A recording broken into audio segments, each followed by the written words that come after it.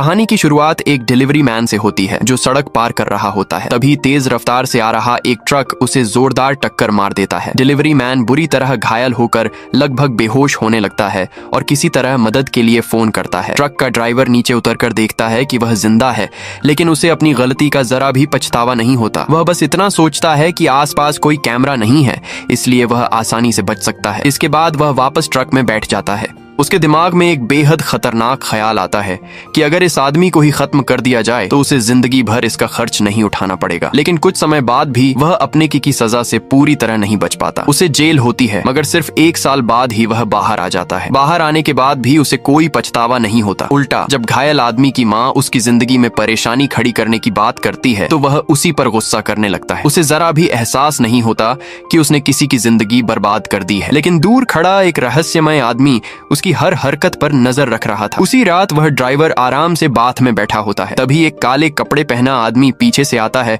और उसका सिर पानी में दबा देता है। ड्राइवर घबराकर बचने की कोशिश करता है, लेकिन वह आदमी उसे छोड़ता नहीं। आखिर में उसे उसके की सजा मिल जाती है। कुछ देर बाद पुलिस वहां पहुंचती है, लेकिन उन्हें कोई खास सबूत नहीं मिलता। वहां लगे सभी कैमरास पहले ही खराब कर दिए गए थे। किसी को अंदाजा भी नहीं था कि यह काम करने वाला आदमी कोई आम क्रिमिनल नहीं, बल्कि पुलिस एकेडमी में पढ़ने वाला एक स्टूडेंट है जिसका नाम योंग है। दिन में योंग बाकी स्टूडेंट्स की तरह पुलिस एकेडमी में ट्रेनिंग लेता है, लेकिन रात होते ही वह एक डार्क हीरो बन जाता है। वह ऐसे क्रिमिनल्स को ढूंढता है जिन्हें अपने के पर कोई पछतावा नहीं होता और फिर खुद उन्हें सजा देता है। असल में बचपन से ही योंग के अंदर बदले की आग थी। उसने अपनी आंखों के सामने अपनी माँ को मरते देखा था। उसकी माँ को मारने वाले आदमी ने ऐसा सिर्फ इसलिए किया था क्योंकि उस समय उसका मूड खराब था, लेकिन कोर्ट में क्रिमिनल ने कहा कि उसका हत्या करने का इरादा नहीं था। इसी वजह से जज ने उसे सिर्फ 3 साल की सजा सुनाई। छोटा योंग डर के मारे सिर झुका लेता है, लेकिन उसी दिन उसके मन में एक बात बैठ जाती है। वह अपनी माँ के लिए एक दिन बदला जरूर लेगा। 12 साल बाद योंग पुलिस एकेडमी में फाइटिंग की अलग अलग टेक्निक्स सीखकर काफी मजबूत हो चुका होता है। अब उसका पहला टारगेट वही आदमी होता है जिसने उसकी माँ को मारा था। एक दिन वह क्रिमिनल एक बस ड्राइवर को पीट रहा होता है क्योंकि उस ड्राइवर ने पहले उसके खिलाफ रिपोर्ट की थी। वह तब तक नहीं रुकता जब तक ड्राइवर बेहोश होकर गिर नहीं जाता। इसके बाद वह आराम से वहां से निकल जाता है। योंग चुपचाप उसका पीछा करता हुआ एक सुनसान गली तक पहुंचता है। वहां वह उस क्रिमिनल को पकड़ लेता है और उसे जमकर पीटता है। हैरानी की बात यह थी कि उस आदमी के खिलाफ पहले से ही 18 क्रिमिनल रिकॉर्ड्स थे, फिर भी वह खुलेआम घूम रहा था। उसकी वजह से योंग का पूरा परिवार बर्बाद हो चुका था। अब इतने साल बाद योंग को अपनी माँ के लिए इंसाफ मिल जाता है। घर लौटकर योंग अपनी माँ की फोटो को देखता है। उसके चेहरे पर पहली बार सुकून नजर आता है, लेकिन सोने से पहले उसकी नजर एक न्यूज रिपोर्ट पर पड़ती है। खबर में बताया जाता है कि एक आदमी किसी के घर में घुस गया था और वहां गलत हरकत करने के बाद जब घर के मालिक ने उसे रोकने की कोशिश की तो उसने उसे बुरी तरह पीट दिया। क्योंकि क्रिमिनल मौके से भागा नहीं था और उसने कोई सबूत भी नहीं मिटाया था, इसलिए कोर्ट ने उसके खिलाफ अरेस्ट वारंट जारी करने से मना कर दिया। लेकिन मामला यहीं खत्म नहीं हुआ। कुछ समय बाद वही क्रिमिनल दोबारा उस परिवार को परेशान करने पहुंच जाता है। इस बार वह उनके बेटे को जान से मारने की धमकी तक देता है। तभी योंग अचानक उनके घर पहुंचता है। वह विंडो के सामने लकड़ी का बोर्ड लगाकर रास्ता रोक देता है और दोनों क्रिमिनल्स को पकड़कर उनकी जमकर धुनाई करता है। इसके बाद उन्हें कूड़े के ढेर में फेंक देता है। धीरे धीरे डार्क हीरो के कारनामों की खबर लोगों तक पहुंचने लगती है। योंग का दोस्त मीन भी उसके इस काम का पूरा सपोर्ट करता है। उसे लगता है कि डार्क हीरो को ऐसे ही उन क्रिमिनल्स के खिलाफ लड़ते रहना चाहिए। उधर एक विक्टिम मीडिया के जरिए डार्क हीरो को थैंक यू कहता है। यह सब देखकर योंग का हौसला और बढ़ जाता है। अब वह रात के समय इंटरनेट पर नए केसेस खोजने लगता है। इसी दौरान उसे एक डॉक्टर के बारे में पता चलता है जो सीक्रेटली अपने पेशेंट्स को रिकॉर्ड करता था और उनके साथ गलत काम करता था। लेकिन कोर्ट में उसे सिर्फ 6 महीने की सजा मिलती है और हैरानी की बात यह थी कि उसकी मेडिकल लाइसेंस भी नहीं छीनी जाती। योंग अपना ब्लैक हुडी पहनता है और सीधे उस क्लिनिक में पहुंच जाता है। डॉक्टर ने एक पेशेंट को एनेस्थीसिया दे रखा था और हिडन कैमरा भी ऑन कर चुका था। जैसे ही वह आगे बढ़ने वाला होता है, योंग अचानक ग्लास तोड़कर अंदर घुस जाता है। वह डॉक्टर को एक सेडेटिव देता है और फिर उसके हाथ पर इतनी जोर से वार करता है कि वह दोबारा डॉक्टर बनने लायक नहीं रहता। ऐसे लगातार कई केसेस सामने आने के बाद पुलिस का ध्यान डार्क हीरो पर जाता है। वहीं जर्नलिस्ट चॉय भी उसके पीछे पड़ जाती है। वह नोटिस करती है कि डार्क हीरो जिन लोगों को निशाना बना रहा है वे सभी ऐसे क्रिमिनल्स हैं जिन्होंने गंभीर अपराध किए थे, लेकिन उन्हें बहुत कम सजा मिली। उनके क्राइम्स पहले ही न्यूज में आ चुके थे और लोग उन्हें लेकर काफी नाराज थे। चॉय डार्क हीरो के नाम से एक शो शुरू करती है और देखते ही देखते उसका शो वायरल हो जाता है। लेकिन चॉय को यह नहीं पता था कि योंग हर क्रिमिनल को बिना सोचे समझे सजा नहीं देता। अगर किसी क्रिमिनल को अपने किए का सच में पछतावा हो तो योंग उसे खुद को बदलने का मौका भी देता है। डार्क हीरो को बाहर लाने के लिए चॉय एक और क्रिमिनल युंग का चेहरा पब्लिक कर देती है। युंग ने एक अम्यूजमेंट पार्क में एक स्टूडेंट के साथ बेहद गंभीर अपराध किया था, लेकिन मेंटल इलनेस का नाटक करके उसे सिर्फ 7 साल की सजा मिली थी। शो देखने के बाद योंग बुरी तरह गुस्सा हो जाता है। वह सीक्रेटली स्कूल डेटाबेस में लॉग इन करता है और युंग से जुड़ी सारी जानकारी निकालता है। दूसरी तरफ पब्लिक भी युंग के खिलाफ भड़क जाती है। लोग उसके अपार्टमेंट के बाहर जमा होकर घर पर पत्थर फेंकने लगते हैं। आखिर युंग भी डर जाता है और रात में चुपचाप वहां से निकलने का प्लान बनाता है। वह फेक पासपोर्ट की मदद से देश से भागने का नाटक करता है और अपना एंकल मॉनिटर समुद्र में फेंक देता है। पुलिस 2 टीमों में बंट जाती है। एक टीम पोर्ट पर जांच करने जाती है, जबकि दूसरी टीम विक्टिम की सुरक्षा के लिए उसके घर पहुंचती है। पूरे दिन पोर्ट पर सर्च करने के बाद भी पुलिस को कुछ नहीं मिलता। उन्हें लगता है कि युंग शायद किसी बोट से भाग गया होगा। रात होने तक वहां बहुत सारी शिप्स होती हैं, लेकिन पुलिस ऑफिसर्स कम पड़ जाते हैं। इसी वजह से विक्टिम के घर पर मौजूद ऑफिसर्स को भी वापस बुला लिया जाता है और वहां सिर्फ एक ऑफिसर रह जाता है। उसी दौरान एक हेलमेट पहना डिलीवरी मैन वहां आता है। एक ऑफिसर को उस पर शक होता है और वह उसे मास्क हटाने के लिए कहता है। जब उसे पता चलता है कि वह युंग नहीं है तो ऑफिसर वहां से चला जाता है, लेकिन असली युंग पहले ही एलिवेटर के पास उस आदमी पर हमला कर चुका होता है। इसके बाद युंग उसी डिलीवरी मैन का भेष बनाकर विक्टिम के घर पहुंच जाता है। डोर पर मौजूद ऑफिसर जैसे ही थोड़ा रिलैक्स होता है, युंग उस पर नाइफ से हमला कर देता है। आवाज सुनकर लड़की डोर खोलती है, लेकिन युंग उसे पकड़ लेता है। घायल होने के बावजूद ऑफिसर उसे रोकने की कोशिश करता है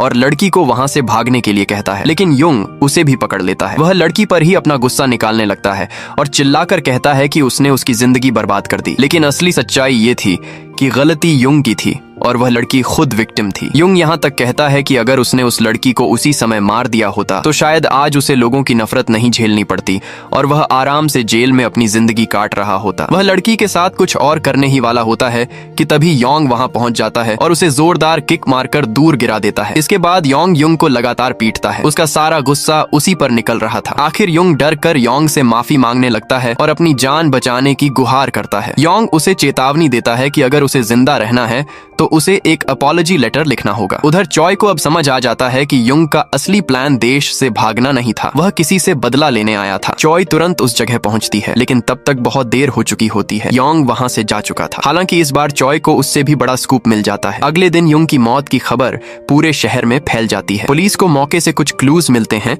और साफ हो जाता है कि यह कोई एक्सीडेंट नहीं बल्कि मर्डर है। पुलिस की नजर अब डार्क हीरो पर टिक जाती है और योंग को मुख्य सस्पेक्ट माना जाने लगता है। वहीं चॉय अपने शो में क्राइम सीन की फोटोज दिखा देती है। इस खबर से लोगों के बीच फिर से जबरदस्त हलचल मच जाती है और पुलिस पर केस जल्दी सॉल्व करने का दबाव बढ़ जाता है। इसके बाद वे पुलिस एकेडमी के एक प्रोफेसर से मदद लेते हैं। प्रोफेसर को पूरा यकीन हो जाता है कि डार्क हीरो को पुलिस की इन्वेस्टिगेशन के बारे में काफी कुछ पता है। तभी वहां से गुजर रही एक फीमेल स्टूडेंट भी पुलिस पर सवाल उठाती है। उसका कहना होता है कि डार्क हीरो को पकड़ने के बजाय पुलिस को उसे रिवॉर्ड देना चाहिए। दूसरी तरफ टीवी स्टेशन को लोगों की खूब बातें सुननी पड़ती हैं। कुछ लोग डार्क हीरो को क्रिमिनल बता रहे थे, लेकिन रिपोर्टर चॉय को इससे कोई फर्क नहीं पड़ता। उसे तो बस रेटिंग्स और व्यूज बढ़ाने की चिंता थी। उसी रात चॉय अपने शो में 3 क्रिमिनल्स की पूरी जानकारी सामने रख देती है और इंतजार करने लगती है कि अब डार्क हीरो इनमें से किससे निशाना बनाएगा। इन तीनों में एक क्रिमिनल स्यून भी था। स्यून और उसके कुछ साथी अपने पुराने एम्प्लॉयर के घर में घुसे थे, जहां उन्होंने उसकी वाइफ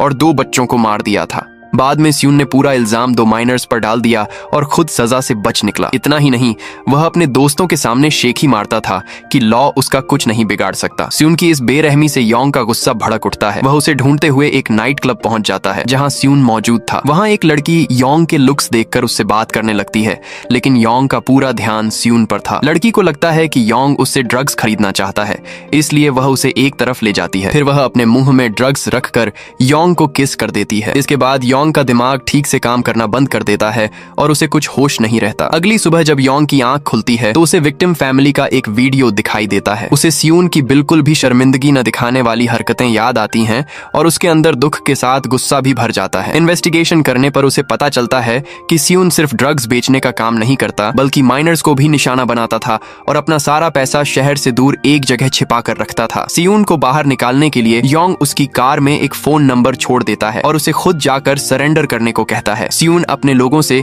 उस नंबर की जांच करवाता है। जैसे ही उसे पता चलता है कि नंबर एंटी ड्रग टीम का है, वह घबरा जाता है। उसे लगता है कि पुलिस को उसके ड्रग बिजनेस का पता चल गया है, इसलिए वह तुरंत उस जगह पहुंचता है जहां उसने अपना पैसा छिपा रखा था। लेकिन वहां पहुंचते ही स्यून के होश उड़ जाते हैं। उसका सेफ पहले ही तोड़ा जा चुका था और सारा पैसा गायब था। तभी बाहर योंग उसका इंतजार करता हुआ दिखाई देता है। वह उस काले पैसे को जला देने वाला होता है। स्यून उसे रोकने की कोशिश करता है, लेकिन योंग उसे पीछे धकेल देता है। इसके बाद योंग उससे विक्टिम्स से माफी मांगने के लिए कहता है और उसके सामने एक लाइटर फेंक देता है। गुस्से में स्यून एक शवल उठाकर योंग पर हमला करने दौड़ता है, लेकिन योंग उसे आसानी से रोक लेता है। वह स्यून को पकड़कर एक मेटल फ्रेम से बांध देता है। स्यून डरकर उससे छोड़ने की गुहार लगाने लगता है और अगले दिन विक्टिम से माफी मांगने का वादा करता है। कुछ समय बाद पुलिस को स्यून की लाश मिलती है और डार्क हीरो एक बार फिर लोगों के बीच चर्चा का सबसे बड़ा टॉपिक बन जाता है। लेकिन पॉलिटिशियंस खुलकर डार्क हीरो के खिलाफ बोलने लगते हैं। उनका कहना था कि क्रिमिनल्स को सजा देना पुलिस का काम है, किसी नकाबपोश का नहीं। डार्क हीरो को पकड़ने के लिए अब रीजनल यूनिट को केस सौंप दिया जाता है। इस टीम का कैप्टन जो हियोन था। वह बेहद निडर और बहुत ताकतवर ऑफिसर था। उसकी ताकत से गैंगस्टर्स तक डरते थे। कैप्टन सबसे पहले स्यून के एक आदमी को पकड़कर उससे जानकारी निकालने की कोशिश करता है। उस आदमी को समझ आ जाता है कि जो हियोन पुलिस ऑफिसर है, इसलिए वह भागने की कोशिश करता है। लेकिन पकड़े जाने के बाद भी वह अकड़ कर बात करता रहता है। कैप्टन उसे रोककर पूछता है कि क्या उसने हाल में स्यून के आसपास किसी अजीब आदमी को देखा था। वह आदमी नाइफ निकालता है, लेकिन कैप्टन तुरंत उसे रोककर फेंस से लगा देता है। अपनी हालत देखकर आखिर वह डर जाता है और बताता है कि स्यून ने कुछ समय पहले उसे एंटी ड्रग टीम के एक नंबर की जांच करने को कहा था। उसे शक था कि स्यून को मारने वाला कोई यंग मैन है, लेकिन कैप्टन को इससे कोई बड़ी जानकारी नहीं मिल पाती। इधर डार्क हीरो की नकल करने वाले कई लोग सामने आने लगते हैं। एक दूसरे टीवी शो ने भी चॉय के आइडिया की कॉपी करके 3 ऐसे केसेस की जानकारी दिखा दी जिनमें क्रिमिनल्स को बहुत कम सजा मिली थी। न्यूज आते ही एक इमिटेटर भी डार्क हीरो के तरीके पर क्रिमिनल्स से निपटने लगता है। वह खुद इसका वीडियो बनाकर मीडिया को भेजता है। वह इमिटेटर साफ कहता है कि उसे पता है डार्क हीरो जो कर रहा है वो भी क्राइम है, लेकिन वह तब तक नहीं रुकेगा जब तक विक्टिम्स को लॉ के हिसाब से सही जस्टिस नहीं मिल जाता। उसकी बात के बाद लोगों के बीच सवाल उठने लगता है कि क्या डार्क हीरोज कभी खत्म होंगे। योंग ने कभी नहीं सोचा था कि उसके काम की वजह से सोसाइटी में इतनी बड़ी हलचल मच जाएगी। चॉय को भी लगता है कि यह असली डार्क हीरो नहीं है। जो ह्योन भी नोटिस करता है कि दोनों के तरीके भले ही एक जैसे हैं, लेकिन असली डार्क हीरो कभी विमेन या माइनर्स को नुकसान नहीं पहुंचाता। योंग कुछ समय के लिए शांत रहने का फैसला करता है, लेकिन तभी एक घटना उसके अंदर का जस्टिस वाला जज्बा फिर से जगा देती है। एक बूढ़ी महिला सड़क पर स्क्रैप इकट्ठा कर रही थी। वह धीरे धीरे चल रही थी, इसलिए एक रिच मैन को गुस्सा आ गया। उसने अपनी कार से उसे टक्कर मार दी और उसकी जान चली गई। इतना करने के बाद भी उस रिच मैन को कोई पछतावा नहीं था। पास की शॉप के ओनर ने जब उसे ऐसा करते देखा तो उसने उसे पीट दिया। पुलिस मौके पर पहुंची और रिच मैन को हॉस्पिटल ले गई, लेकिन उल्टा शॉप ओनर को असॉल्ट के केस में पकड़ लिया गया। न्यूज देखकर योंग का गुस्सा बढ़ गया। वह उस बूढ़ी महिला को काफी समय से जानता था। उसके हस्बैंड की तबीयत खराब रहती थी, इसलिए वह स्क्रैप इकट्ठा करके किसी तरह घर चलाती थी। योंग अक्सर उसके बॉक्सेस जमाने में मदद करता था और बदले में वह महिला उसे कैंडी दिया करती थी। उसके बारे में सोचकर योंग ठान लेता है कि वह उसे जस्टिस दिलाकर रहेगा। उसी रात उस रिच मैन का भाई बूढ़ी महिला के घर पहुंचता है और पैसे देकर मामला खत्म करने की कोशिश करता है, लेकिन कोई जवाब नहीं मिलता। योंग चुपचाप उसका पीछा करता है और उसे पकड़कर सबक सिखाता है। इसके बाद वह पुलिस को ऐसी सिचुएशन में डाल देता है कि उन्हें वहां से जाना पड़ता है। मौका मिलते ही योंग हॉस्पिटल में उस रिच मैन के रूम तक पहुंच जाता है। वह उसके मुंह में मिल्क बॉटल लगाकर उसे डराता है और कहता है कि जज के सामने जाकर उसे मैक्सिमम पनिशमेंट देने की मांग करे, वरना उसकी परेशानी और बढ़ जाएगी। इसके बाद योंग डॉक्टर का डिस्गाइज बनाकर बाहर निकलता है, लेकिन कैप्टन जो हियोन को कुछ गड़बड़ महसूस होती है। वह उसके पीछे जाने ही वाला होता है कि तभी हॉस्पिटल रूम से मदद के लिए आवाज आती है। अंदर पहुंचकर वह देखता है कि जोंग खुद बेड से बंधा हुआ है और डरने का नाटक कर रहा है। कैप्टन तुरंत समझ जाता है कि डॉक्टर बनकर बाहर जाने वाला आदमी ही डार्क हीरो था। तभी अचानक हॉस्पिटल की सारी सिक्योरिटी कैमरास काम करना बंद कर देती हैं। योंग को भी खतरे का एहसास हो जाता है। वह जल्दी से अपने कपड़े बदलता है और रात में वहां से गायब हो जाता है। दूसरी तरफ वह रिच मैन अपने भाई को कॉल करने की कोशिश करता है, लेकिन उसका फोन उस मिल्क बॉक्स के अंदर मिलता है जो योंग वहां छोड़कर गया था। तभी एक ब्लैक ड्रेस पहना आदमी अचानक सामने आता है और उसे विंडो से बाहर धकेल देता है। योंग हैरान होकर देखता रह जाता है कि वही इमिटेटर एक रोप के सहारे नीचे उतरता है और एक एम्बुलेंस में बैठकर भाग जाता है। योंग भी उसका पीछा करता है और किसी तरह एम्बुलेंस में चढ़ जाता है। वहां पहुंचते ही इमिटेटर खुशी से उसका स्वागत करता है। दोनों एक शांत रूफटॉप पर पहुंचते हैं। इमिटेटर डार्क हीरो का बहुत बड़ा फैन था और वह उसके साथ मिलकर जस्टिस के लिए लड़ना चाहता था। योंग चारों तरफ सावधानी से देखने लगता है। तभी वह नकली डार्क हीरो बताता है कि उसने इलाके के सारे कैमरास बंद कर दिए हैं और अब तक योंग के किए कामों के सबूत मिटाने में भी उसकी मदद करता रहा है। यह सुनते ही योंग का गुस्सा फूट पड़ता है, क्योंकि उसने जितना भी किया था उसका मकसद जस्टिस दिलाना था, लेकिन इस आदमी ने सब कुछ खराब कर दिया था। दोनों के बीच जोरदार लड़ाई शुरू हो जाती है। लड़ते लड़ते वह आदमी इमारत से नीचे गिरने वाला होता है, लेकिन योंग को इससे कोई फर्क नहीं पड़ता कि वह आखिर है कौन।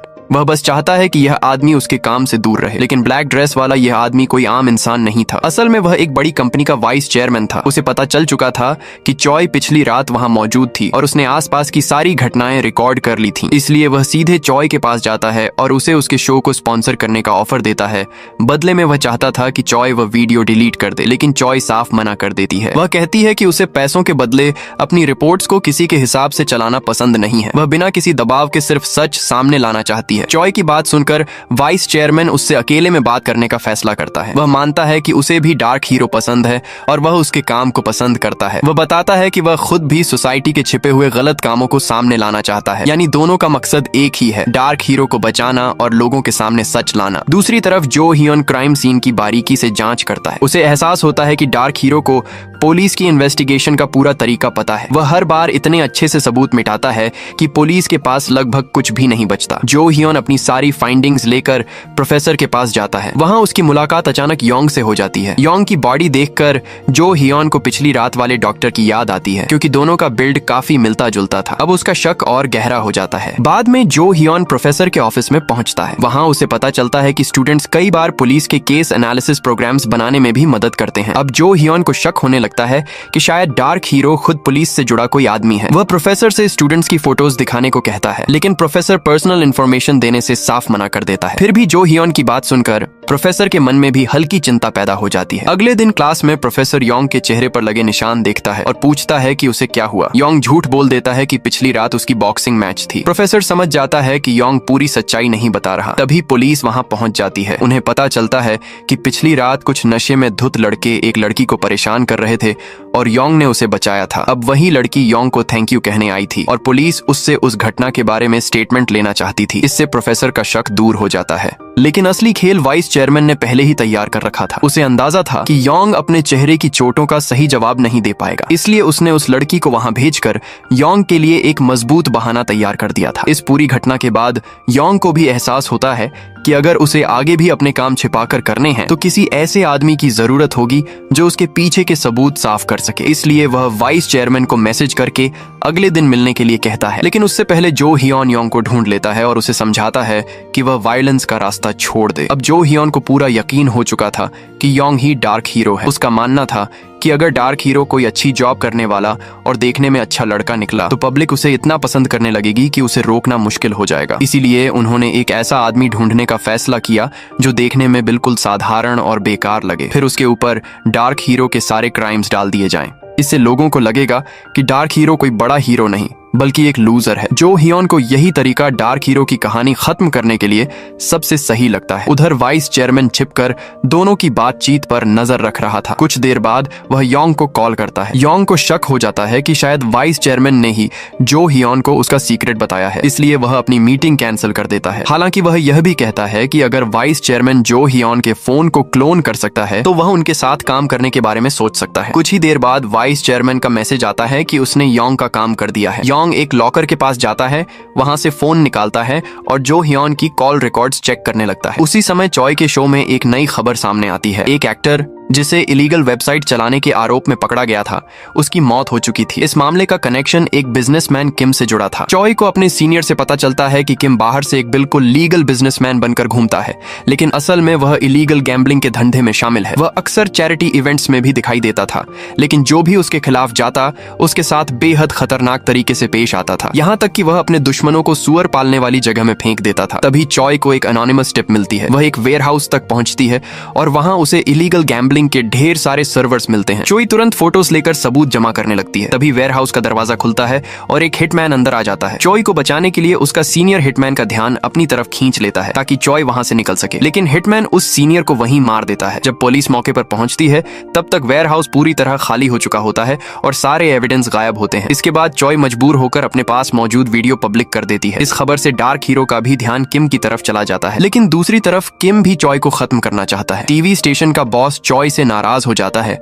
और कहता है कि उसने अपनी मर्जी से काम करके एक रिपोर्टर की जान खतरे में डाल दी। चोई जवाब देती है कि सच सामने लाना एक रिपोर्टर का काम है और वह किसी प्रेशर या थ्रेट से डरने वाली नहीं है। ऑफिस से निकलते समय अचानक एक गुंडा चोई पर हमला कर देता है। तभी जो हियोन समय पर वहां पहुंचता है और उसे बचा लेता है। वह चोई को चेतावनी देता है कि अगर वह डार्क हीरो के लिए और लोगों को टारगेट बनाएगी तो उसके लिए खतरा और बढ़ जाएगा। इसके बाद जो हियोन उस गुंडे को पकड़कर अपने साथ ले जाता है और उससे किम का ठिकाना पता कर लेता है। जो हियोन शील्ड और एक ट्रॉफी लेकर किम के आदमियों के ठिकाने पर पहुंचता है और अकेले ही उनसे भिड़ जाता है। कुछ देर बाद पुलिस भी वहां पहुंच जाती है और पूरी जगह को घेर लेती है। पुलिस दावा करती है कि वहां मौजूद किम के आदमी ही डार्क हीरो के लिए काम करते थे। ये सुनकर जो हियोन को पता चलता है कि यह अबैंडन्ड फैक्ट्री क्रिमिनल्स को डार्क हीरो की तरह तैयार करने की जगह भी बनी हुई थी। अपने नाम और काम को बचाने के लिए योंग अब खुद किम के एक आदमी को निशाना बनाता है। वह एक ऐसे क्रिमिनल तक पहुंचता है जिसका पहले से कई बार पुलिस रिकॉर्ड में नाम आ चुका था। एक बुक स्टोर के अंदर योंग उसे पकड़ लेता है और उसकी पिटाई करके उससे किम के इलीगल डील से जुड़े रिकॉर्ड्स वाली सेफ खुलवा लेता है। योंग सारे रिकॉर्ड्स अपने कब्जे में ले लेता है। जब पुलिस वहां पहुंचती है तो उन्हें एक और अपॉलॉजी लेटर मिलता है। खबर तेजी से फैलती है और लोगों को समझ आने लगता है कि क्रिमिनल्स को सजा देने वाला असली डार्क हीरो अभी भी बाहर है। जो हियोन को पता चलता है कि योंग ने उसकी बात नहीं मानी। वह एक बार फिर योंग के पास जाता है और उसे एक आखिरी मौका देना चाहता है। वह उम्मीद करता है कि योंग अब वायलेंस छोड़ देगा। योंग भी ध्यान देता है कि कैप्टन उसे सिर्फ समझाता है लेकिन कभी गिरफ्तार नहीं करता। इससे उसे शक होता है कि कैप्टन किसी के कहने पर इन मामलों को अंदर ही अंदर संभाल रहा है। योंग को सबसे ज्यादा गुस्सा इस बात पर आता है कि क्रिमिनल्स बार बार इनोसेंट लोगों की जिंदगी खराब करते हैं, फिर भी लॉ उन्हें बचाने के लिए किसी न किसी तरह रास्ता निकाल लेता है। लेकिन जिन लोगों के साथ गलत हुआ है उनकी कोई नहीं सुनता। योंग के मन में एक ही सवाल घूमता रहता है कि अगर कमजोर लोगों को लॉ पर भरोसा ही न रहे तो फिर वे जस्टिस के लिए आखिर जाएं कहां। जो हियोन का मानना था कि हर इंसान को अपनी रक्षा करने का हक है, लेकिन उसे योंग की वजहें समझने से ज्यादा चिंता इस बात की थी कि कहीं योंग धीरे धीरे खुद एक मॉन्स्टर न बन जाए। वह योंग की फाइटिंग स्किल्स और दिमाग को अच्छी तरह पहचान चुका था। उसे लगता था कि अगर योंग को सही डायरेक्शन मिले तो वह जिंदगी में बहुत आगे जा सकता है, लेकिन अगर वह इसी रास्ते पर चलता रहा तो जो हियोन को ही उसे रोकना पड़ेगा। योंग ज्यादा बातें करके समय बर्बाद नहीं करना चाहता था। वह बस इस जिद्दी पुलिस ऑफिसर से लड़कर उसे चुप कराना चाहता था, लेकिन कैप्टन के सामने योंग टिक नहीं पाया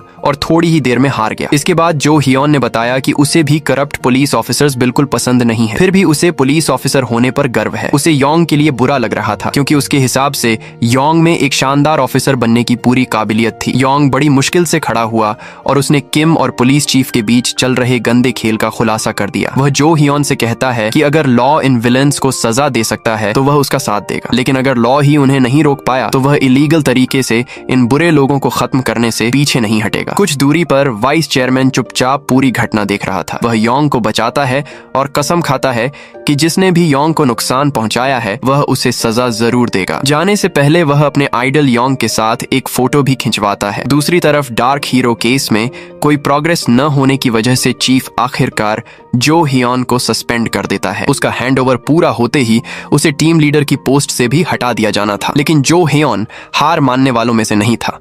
उसने चुपचाप उस गुंडे को अपना इन्फॉर्मेंट बना लिया और उसके जरिए किम और उसके साथियों के बारे में जानकारी जुटाना शुरू कर दिया। इधर चॉय को भी अपने शो से हाथ धोना पड़ता है क्योंकि उसकी रिपोर्ट से चीफ के बड़े लोगों के इंटरेस्ट्स को नुकसान पहुंच रहा था। योंग चाहता था कि चॉय सोसाइटी के अंदर छिपे गंदे सच को लोगों के सामने लाती रहे, इसीलिए वह वाइस चेयरमैन से कांटेक्ट करता है और उससे चॉय की मदद करने के लिए कहता है। वाइस चेयरमैन तुरंत एक नई न्यूज कंपनी शुरू कर देता है और चॉय को वहां काम करने की पूरी आजादी देता है। चॉय भी नया शो शुरू करती है और फिर से लोगों के सामने सच लाने लगती है। वह पब्लिक से साफ कहती है कि अगर किसी इंटरव्यू के दौरान उसके साथ कुछ भी गलत होता है तो उसे मर्डर माना जाए। वह जस्टिस के लिए अपनी लड़ाई जारी रखती है और लोगों से डार्क हीरो का साथ देते रहने की अपील करती है। हॉस्पिटल से बाहर आने के बाद भी योंग आराम नहीं करता। वह किम की कंपनी के अकाउंट्स को लगातार चेक करता रहता है। जल्द ही उसे कुछ सीक्रेट ट्रांजैक्शंस मिलती हैं जिनसे पता चलता है कि किम और चीफ के बीच पैसों का खेल चल रहा है। दोनों पैसों को एक चर्च के जरिए इधर उधर कर कर रहे थे। उस रात योंग चर्च के पास्टर के एक आदमी को चुपचाप बेहोश कर देता है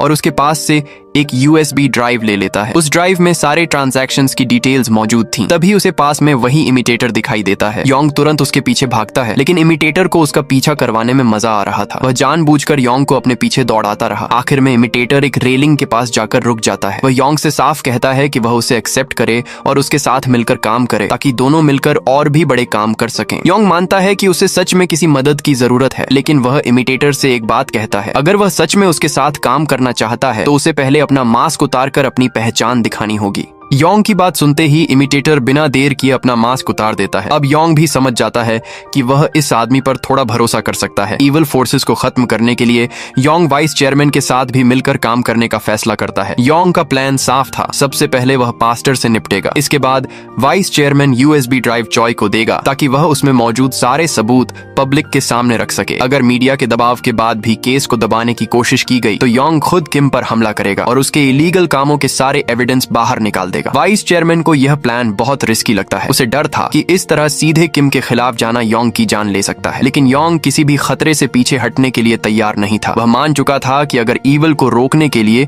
उसे सब कुछ दांव पर लगाना पड़े तो वह ऐसा भी करेगा। अगले दिन योंग सीधे पास्टर के ऑफिस में घुस जाता है। वहां मौजूद उसके आदमियों को वह अकेले ही हरा देता है और फिर पास्टर की भी जमकर पिटाई करता है। कुछ समय बाद खबर पूरे इलाके में फैल जाती है कि चर्च का पास्टर मारा गया है। यह खबर सुनते ही पुलिस चीफ के होश उड़ जाते हैं। उसे डर लगने लगता है कि डार्क हीरो का अगला टारगेट कहीं वही तो नहीं है। इसी बीच किम भी एक बड़ा फैसला लेता है। वह तय करता है कि अगले 5 दिनों के अंदर जो हियोन, चॉय और डार्क हीरो तीनों को रास्ते से हटा दिया जाएगा। दूसरी तरफ वाइस चेयरमैन USB ड्राइव चॉय को सौंप देता है। चॉय उसमें मौजूद किम के क्राइम्स को लाइव ब्रॉडकास्ट में पब्लिक के सामने लाने वाली होती है, लेकिन जैसे ही वह सच दिखाने के लिए तैयार होती है, जो हियोन वहां पहुंच जाता है और उसे रोक देता है। जो हियोन चॉय से नाराज होकर कहता है कि वह सस्ती रेटिंग्स और व्यूज के लिए डार्क हीरो के कामों को बढ़ावा दे रही है। उसके हिसाब से चॉय लोगों को भड़का रही है और उन्हें डार्क हीरो के साथ खड़ा कर रही है, जो आगे चलकर बहुत खतरनाक हो सकता है। लेकिन चॉय पर इन बातों का कोई असर नहीं पड़ता। जब समझाने से बात नहीं बनती तो जो हियोन वहां से जाने लगता है। तभी अचानक पीछे की सीट से एक हिटमैन निकल आता है। कार के अंदर ही दोनों के बीच जोरदार हाथापाई शुरू हो जाती है और जो हियोन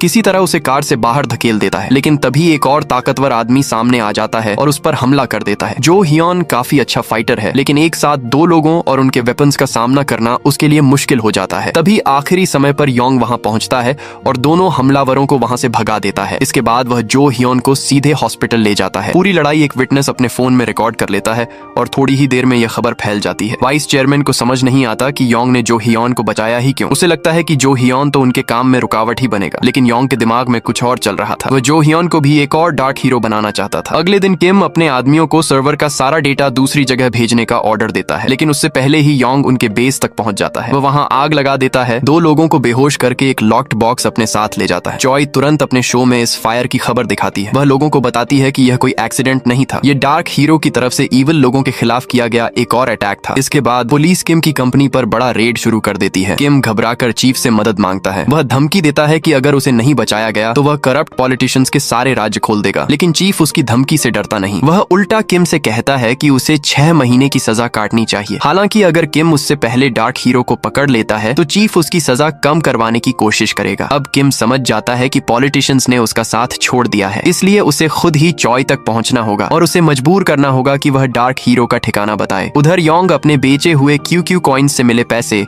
एक ऑर्फनेज में जरूरतमंद बच्चों की मदद के लिए दे देता है, लेकिन उसकी यही अच्छी कोशिश बाद में उसके लिए एक ट्रैप बन जाती है। अगले दिन न्यूज में उसे पता चलता है कि उस ऑर्फनेज के डायरेक्टर की हत्या हो गई है। योंग तुरंत समझ जाता है कि किम ने उसे बाहर निकालने के लिए यह चाल चली है। काफी सोचने के बाद योंग वाइस चेयरमैन से कांटेक्ट करता है और फैसला करता है कि अब और इनोसेंट लोगों को खतरे में डालने से पहले उन्हें खुद एक्शन लेना होगा। इसी बीच चॉय सिक्योरिटी कैमरास में किम के आदमियों को अपनी तरफ आते देख लेती है। वह जल्दी से अपने ऑफिस में कैमरा सेट करती है और पूरी घटना की लाइव स्ट्रीमिंग शुरू कर देती है। लेकिन किम के आदमी जल्द ही उसे पकड़ लेते हैं। तभी वाइस चेयरमैन सही समय पर वहां पहुंचता है और उन हमलावरों को हरा देता है। कुछ देर बाद पुलिस भी वहां आ जाती है। नया कैप्टन चॉय को पूछताछ के लिए स्टेशन ले जाता है। चॉय को सही सलामत देखकर योंग को थोड़ी राहत मिलती है। पूछताछ के दौरान चॉय साफ कहती है कि उसे बचाने वाला आदमी डार्क हीरो नहीं था। वह बताती है कि असली डार्क हीरो कभी वेपन्स का इस्तेमाल नहीं करता। अगले दिन कैप्टन योंग से पूछता है कि जब चॉय खतरे में थी तब वह कहाँ था। असल में कैप्टन पहले ही केस की सारी डिटेल्स चेक कर चुका था। उसे पता चल चुका था कि पुराने कैप्टन ने प्रोफेसर से स्टूडेंट्स की फोटोज मांगी थी। इत्तेफाक से उसने प्रोफेसर के ऑफिस में योंग को भी देखा था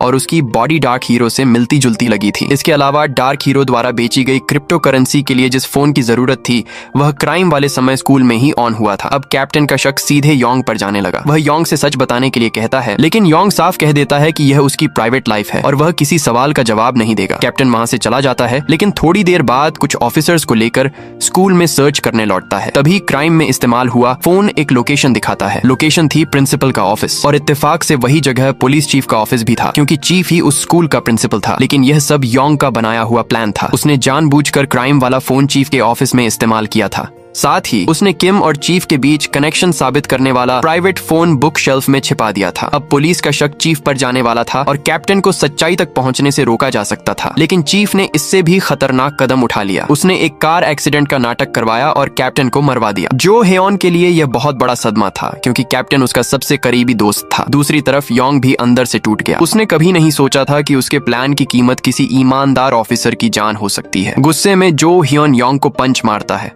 और उसे समझाता है कि उसकी हरकतों से अब बाकी लोगों की जान भी खतरे में पड़ रही है। लेकिन योंग पीछे हटने को तैयार नहीं होता। वह साफ कहता है कि अगर ईवल से लड़ते हुए उसकी अपनी जान भी चली जाए तब भी वह अपना काम नहीं छोड़ेगा। योंग का यह इरादा देखकर जो हियोन भी कुछ पल के लिए सोच में पड़ जाता है। इसी बीच कई दिनों तक चॉय की कोई खबर नहीं मिलती। वाइस चेयरमैन परेशान होकर उसके घर में घुसता है और वहां का पूरा सामान बिखरा हुआ पाता है। अब उसे समझ आता है कि चॉय को हिटमैन उठा ले गया है। चॉय को टॉर्चर करने के बाद भी उससे कोई सीक्रेट नहीं निकलवा पाए थे। योंग नहीं चाहता था कि चॉय जैसी इनोसेंट लड़की उसके कारण और खतरे में रहे, इसलिए वह और वाइस चेयरमैन तुरंत अपना प्लान बनाते हैं। वाइस चेयरमैन किम के दूसरे ऑफिस की तरफ जाता है जहाँ किम ने काफी पैसा छिपा रखा था। उसका मकसद था वहां ऐसा माहौल बनाना कि ज्यादातर हिटमैन उसी तरफ चले जाएं। उधर योंग किम से फोन पर बात कर रहे एक आदमी को पकड़ लेता है और उसे स्क्रीन पर लिखा मैसेज दोहराने के लिए कहता है। मैसेज मिलते ही किम अपने सबसे खतरनाक हिटमैन को उस मीटिंग पॉइंट पर भेज देता है। अब योंग को पता था कि दुश्मन अपने लोगों को एक जगह जमा कर रहा है, इसलिए वह और वाइस चेयरमैन एक हिडन रूफ टॉप पर मिलते हैं और अगले दिन के लिए पूरा प्लान तैयार करते हैं। इसके बाद वाइस चेयरमैन वहां से निकल जाता है। योंग भी वहां से जाने वाला था कि उसका दोस्त मिन अचानक उसे कॉल कर देता है। मिन ने पिछले कुछ समय से योंग के अजीब बिहेवियर पर ध्यान दिया था। वह बार बार स्कूल छोड़ रहा था और बिना किसी वजह के गायब हो जाता था, इसलिए मिन को उस पर शक होने लगा था। योंग चुप रहा तो मिन ने ज्यादा सवाल नहीं किए, बस उसे याद दिलाया कि अगले दिन स्कूल जरूर आना। दूसरी तरफ किम अपने हजारों आदमियों के साथ मीटिंग पॉइंट पर पहुंच जाता है। वे कंट्रोल रूम में घुसकर वहां के स्टाफ को बाहर निकाल देते हैं और फिर कैमरास पर नजर रखने लगते हैं। उन्हें कोई भी सस्पिशियस आदमी दिखाई देता तो किम तुरंत उसे पकड़ने का ऑर्डर देता। तभी स्क्रीन पर एक ब्लैक ड्रेस पहना आदमी दिखाई देता है। किम उसे पकड़ने का ऑर्डर देता है, लेकिन अगले ही पल ऐसे कई और लोग कैमरास में नजर आने लगते हैं। तभी किम को समझ आता है कि पास में डार्क हीरो के नाम पर एक बड़ा म्यूजिक फेस्टिवल चल रहा है। असल में यह पूरा फेस्टिवल योंग का बनाया हुआ डिस्ट्रैक्शन था। इसी भीड़ का फायदा उठाकर योंग और वाइस चेयरमैन लोगों के बीच आसानी से छिप जाते हैं। लेकिन चॉय को बचाने के लिए योंग जानबूझकर खुद को दुश्मनों के सामने दिखा देता है। उसका मकसद था कि हिटमैन का ध्यान उसकी तरफ जाए और इसी बीच चॉय को वहां से निकाला जा सके। दूसरी तरफ वाइस चेयरमैन भी जानबूझकर खुद को सामने लाता है ताकि गैंग का ध्यान उसकी तरफ चला जाए। अब दोनों अपनी अपनी तरफ से दुश्मनों को उलझा चुके थे, बस उन्हें सही मौके का इंतजार था ताकि चॉय को सुरक्षित बाहर निकाला जा सके। योंग ने चॉय को एक फोन दिया और कहा कि वह उससे लाइव स्ट्रीम शुरू करे। उन क्रिमिनल्स को पकड़ने का यही सबसे अच्छा तरीका था। कैप्टन को जैसे ही लाइव स्ट्रीम की खबर मिली, वह रिफॉर्म्ड क्रिमिनल्स की टीम के साथ तुरंत स्टेडियम की तरफ निकल पड़ा। उधर चीफ भी वहां पहुंचने के लिए रवाना हो गया। स्टेडियम की पार्किंग में पहुंचते ही चारों तरफ अफरा तफरी मच गई। योंग और वाइस चेयरमैन पहले ही इतने सारे दुश्मनों से लड़ते लड़ते बुरी तरह थक चुके थे। तभी जो हियोन अपनी कार लेकर वहां पहुंचता है और सीधे उस ताकतवर आदमी को टक्कर मार देता है। इसके बाद जो हियोन खुद को पुलिस ऑफिसर आंसर बताते हुए सभी हिटमैन को सरेंडर करने के लिए कहता है। लेकिन किम के दिमाग पर बदले का जुनून सवार था। उसे किसी की परवाह नहीं थी। उसका सिर्फ एक टारगेट था, योंग को मारना। तभी ब्लैक ड्रेस पहना एक आदमी किम के सामने आकर उसे रोक देता है, लेकिन किम उसे ही मार देता है। योंग जब पास पहुंचकर देखता है तो उसके पैरों तले जमीन खिसक जाती है। वह आदमी कोई और नहीं बल्कि उसका सबसे अच्छा दोस्त मिन था। माइन को काफी समय से योंग पर शक था। एक दिन उसने योंग को वाइस चेयरमैन के साथ स्टेडियम के पास देखा था और उसी वक्त उसका शक पूरी तरह सच में बदल गया। लेकिन मीन ने किसी को कुछ नहीं बताया। वह जानता था कि योंग वही काम कर रहा है जिसे करने की हिम्मत वह खुद कभी नहीं जुटा पाया था। अब मिन ने जस्टिस के लिए अपनी जान दे दी थी। पुलिस के पहुंचते ही मची भगदड़ का फायदा उठाकर किम वहां से भाग जाता है। अपने दोस्त की मौत से योंग पूरी तरह टूट चुका था। वह किम का पीछा करता है क्योंकि अब वह अपने दोस्त की मौत का बदला लेना चाहता था। वाइस चेयरमैन पीछे बचे क्रिमिनल्स को रोकने में लग जाता है ताकि योंग को किम तक पहुंचने का मौका मिल सके। लेकिन उन्हें नहीं पता था कि एक हिटमैन को पहले ही डिप्टी चीफ ने पैसे देकर किम को मारने के लिए तैयार कर रखा है। उधर जो हियोन भी वहां पहुंचता है और सभी को तुरंत सरेंडर करने का ऑर्डर देता है। लेकिन किम को अब किसी पर भरोसा नहीं था। वह अपनी पूरी ताकत लगाकर योंग से लड़ने लगता है। फिर भी योंग के सामने वह ज्यादा देर टिक नहीं पाता। जो हियोन भी उस हिटमैन को काबू में कर लेता है। तभी चीफ वहां पहुंचता है और बेसमेंट का डोर अंदर से लॉक कर देता है। सबसे पहले वह किम को गोली मारता है। इसके बाद अपनी गन की बाकी गोलियां भी चला देता है। लेकिन उसका प्लान यहीं खत्म नहीं होता। वह वाटर वाल्व खोल देता है और बेसमेंट में पानी भरना शुरू हो जाता है। चीफ जानता था कि अगर वहां मौजूद हर इंसान मर गया तो उसके सारे सीक्रेट्स भी हमेशा के लिए खत्म हो जाएंगे। लेकिन योंग के इशारे को समझकर वह उसके कंधों पर चढ़ जाता है और चीफ को जोरदार पंच मारता है। जो हियोन समय रहते योंग को रोक लेता है। अब तक चीफ और बाकी क्रिमिनल्स की सारी सच्चाई पब्लिक के सामने आ चुकी थी। जो हियोन को भरोसा था कि अब लॉ इन लोगों को सही सजा देगा। लेकिन तभी वह हिटमैन फिर से उठकर योंग की तरफ बढ़ता है। वह अभी भी योंग को मारने पर अड़ा हुआ था। चीफ भी एक गन उठाकर गोली चलाना शुरू कर देता है। यह देखकर जो हियोन का गुस्सा पूरी तरह फूट पड़ता है। इस बार वह अपनी पुलिस ड्यूटी तक भूल जाता है और चीफ को जोरदार हमला करके बेहोश कर देता है। उधर योंग के पास भी ज्यादा ताकत नहीं बची थी। फिर भी उसने अपनी बची हुई ताकत लगाकर उस हिटमैन को रोक दिया। इसी पल जो हियोन को पहली बार पूरी तरह समझ आता है कि योंग ने क्रिमिनल्स को लॉ के बाहर जाकर सजा देने का रास्ता क्यों चुना था। बाद में पुलिस चॉय से पूछताछ करती है, लेकिन चॉय जानबूझकर झूठ बोलती है। वह कहती है कि असली डार्क हीरो मिन था जो अब मर चुका है। इस तरह योंग को लीगल पनिशमेंट से बचने का रास्ता मिल जाता है और वह आगे भी जस्टिस के लिए अपनी लड़ाई जारी रख सकता है। जब वाइस चेयरमैन को होश आता है तो वह सबसे पहले योंग के बारे में पूछता है। उसके आदमी बताते हैं कि योंग सुरक्षित है और सिक्योरिटी कैमरास की सारी फुटेज भी मिटा दी गई है। सबको लगता है कि अब सब कुछ खत्म हो चुका है। लेकिन तभी एक और बड़ा खेल सामने आता है। ब्लू हाउस चीफ के सारे क्राइम्स को दबा देता है। उल्टा उसे हीरो की तरह पेश किया जाता है और मरने के बाद उसे ऑनरेरी कमिश्नर जनरल का खिताब तक दे दिया जाता है। यानी जिन लोगों ने इतने सारे गलत काम किए थे उनमें से किसी को भी सही सजा नहीं मिली। इसके बाद पुलिस एकेडमी का ग्रेजुएशन सेरेमनी होता है। सारे स्टूडेंट्स अपना दाहिना हाथ उठाकर देश के प्रति लॉयल्टी की ओथ लेते हैं। लेकिन योंग बाकी सबसे अलग खड़ा रहता है। उसका अपने देश और उसकी व्यवस्था पर से भरोसा पूरी तरह टूट चुका था। उसे लगने लगा था कि जब लॉ खुद इनोसेंट लोगों की रक्षा नहीं कर पाता और क्रिमिनल्स को बचा लेता है तब जस्टिस के लिए उसे खुद ही अपना रास्ता चुनना पड़ेगा। और दोस्तों, इसी के साथ विजिलेंटी का सीजन 1 यहीं पर खत्म हो जाता है। अगर आपको इसकी पूरी कहानी पसंद आई हो तो वीडियो को लाइक जरूर करना और ऐसे ही मूवी और सीरीज एक्सप्लेन्ड वीडियोस के लिए चैनल को सब्सक्राइब कर लेना। मिलते हैं अगली वीडियो में, तब तक के लिए अपना ध्यान रखिए। वीडियो देखने के लिए धन्यवाद।